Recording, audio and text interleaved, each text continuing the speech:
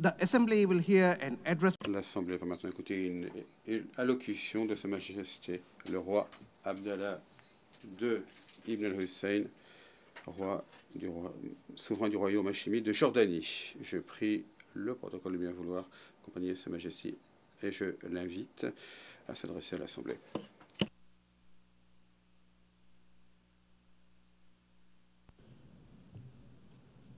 Bismillahir Rahmanir Rahim. Au nom de Dieu, le clément, le miséricordieux, Monsieur le secrétaire général, Excellences, une nouvelle année, une nouvelle Assemblée générale de l'ONU, une nouvelle occasion qui me voit me dresser devant vous pour traiter de la même question, le conflit au Moyen-Orient. Et ce n'est pas la première fois, l'évolution des situations sur le terrain m'emmène à contester l'utilité des mots pour refléter toute l'ampleur de la crise. Mais ne pas en parler indiquerait l'acceptation de cette situation et l'abandon de notre humanité. Et voilà ce que je ne saurais faire. Notre Assemblée générale de l'ONU a été créée il y a 80 ans sur un engagement d'apprendre de, et non pas de répéter l'histoire. Le monde a promis plus jamais ça. Cependant, depuis presque aussi longtemps, les Palestiniens vivent un cycle cruel de une fois de plus. Ils sont bombardés de manière indiscriminée une fois de plus.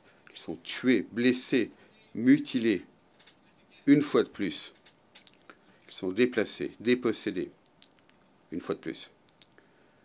Ils sont privés de leurs droits, de leur dignité, de leur humanité fondamentale. Une fois de plus. Alors je dois vous poser la question suivante. Combien de temps encore, combien de temps faudra-t-il avant que nous trouvions un règlement à ce conflit? Un règlement qui préserve les droits de toutes les parties et qui permette une certaine normalité dans les vies des familles qui en sont au cœur. Combien de temps faudra-t-il avant que je puisse venir devant vous et parler, non pas de souffrances, des dévastations dans ma région, mais de perspectives, de prospérité et de potentiel? Malheureusement, ce conflit n'est pas le seul de notre monde. Et certains diront peut-être que d'autres guerres sont également dévastatrices. Mais le conflit israélo-palestinien reste unique. C'est le plus ancien conflit du monde. Une occupation illégale d'une population impuissante par un pays démocratique autoproclamé et une violation flagrante de résolutions successives de l'ONU, du droit international et des conventions sur les droits humains.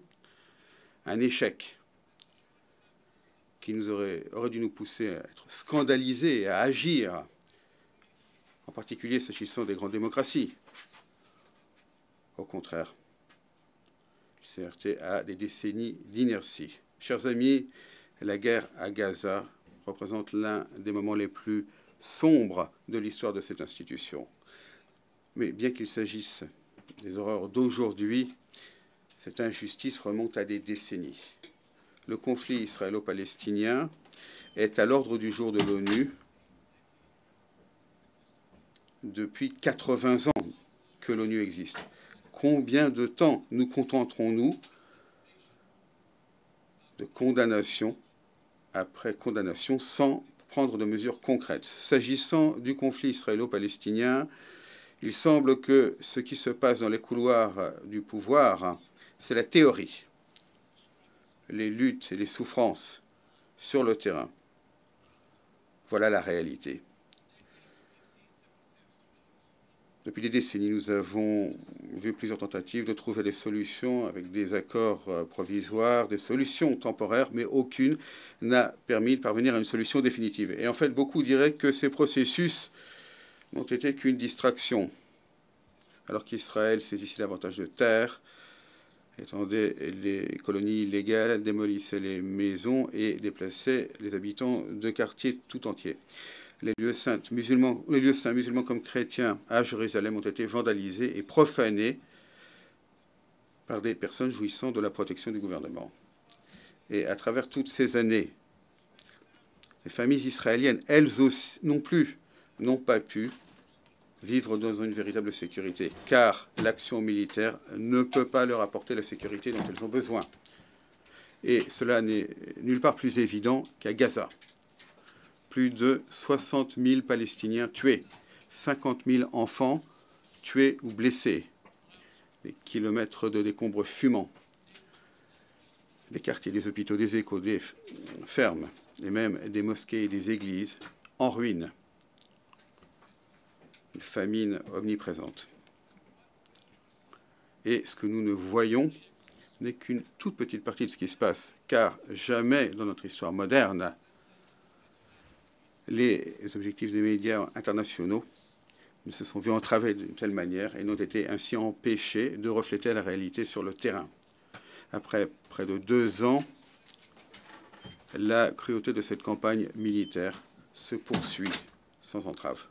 En outre, les appels provocateurs du gouvernement israélien actuel à un prétendu grand Israël ne peuvent être réalisés que par la violation flagrante de la souveraineté et de l'intégrité territoriale de ses voisins.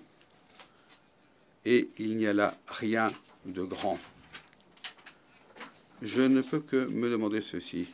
Si un appel tout aussi scandaleux était lancé par un dirigeant arabe, est-ce qu'il se heurterait à la même apathie mondiale? La communauté internationale doit cesser de se bercer de l'illusion que ce gouvernement est un partenaire de bonne foi pour la paix. C'est loin d'être le cas. Ces actions sur le terrain démantèlent les fondations mêmes sur lesquelles la paix pourrait reposer et il enterre délibérément l'idée même d'un État palestinien. Il a montré le peu de respect qu'il a pour la souveraineté d'autres pays, comme nous l'avons vu lors de violations flagrantes au Liban, en Iran, en Syrie, en Tunisie et tout récemment au Qatar. Et ce discours hostile appelant à cibler la mosquée Al-Aqsa inciteront une guerre religieuse qui irait bien au-delà de la région et entraînerait un conflit généralisé auquel aucun pays ne pourrait échapper. Combien de temps avant que nous exigions la même chose de tous les pays? Combien de temps avant que nous reconnaissions les Palestiniens comme un peuple qui aspire à la même chose auquel vous et moi aspirons et que nous agissions sur cette base? Combien de temps faudra-t-il avant que nous reconnaissions que l'État, ce n'est pas quelque chose que les Palestiniens doivent mériter, ce n'est pas une récompense, c'est un droit incontestable.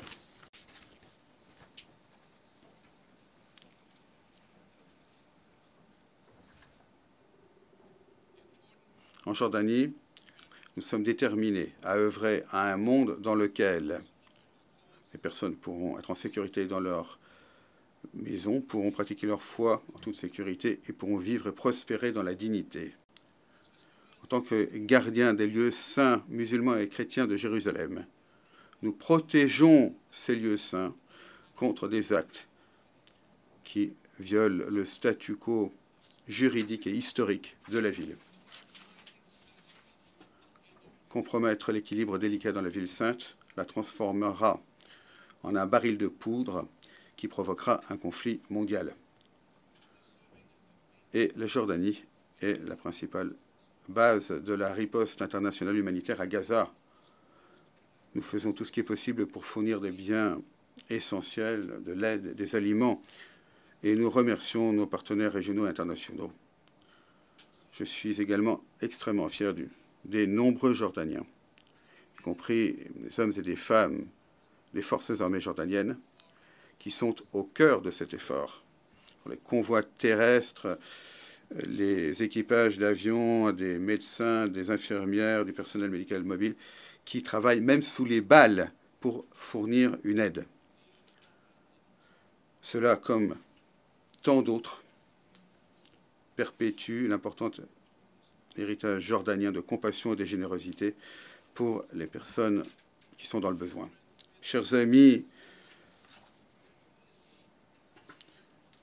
au milieu des ténèbres, il y a une lueur à l'horizon. Nous voyons davantage de pays qui se prononcent en faveur d'un cessez-le-feu permanent à Gaza, un cessez-le-feu qui permettra la libération de tous les otages, le passage d'une aide humanitaire sans entrave et l'appui au peuple palestinien alors qu'il devra reconstruire. Nous savons tous que la force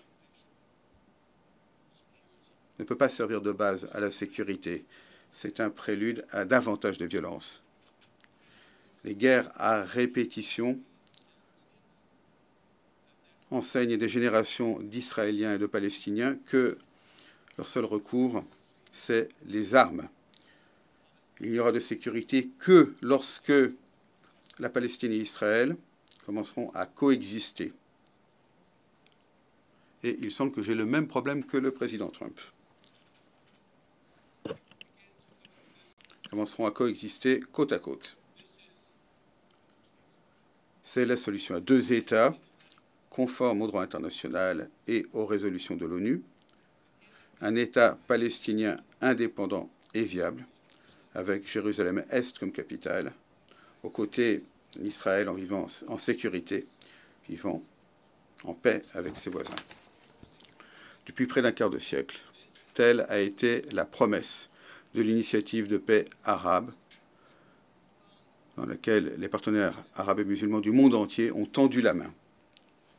Chers amis, ces 2 dernières années, nous avons enfin vu la conscience du monde s'éveiller, le courage de personnes ordinaires de tous les coins du monde, de toutes les strates de la société, qui se sont fait entendre à l'unisson pour dire « cela fait trop longtemps ».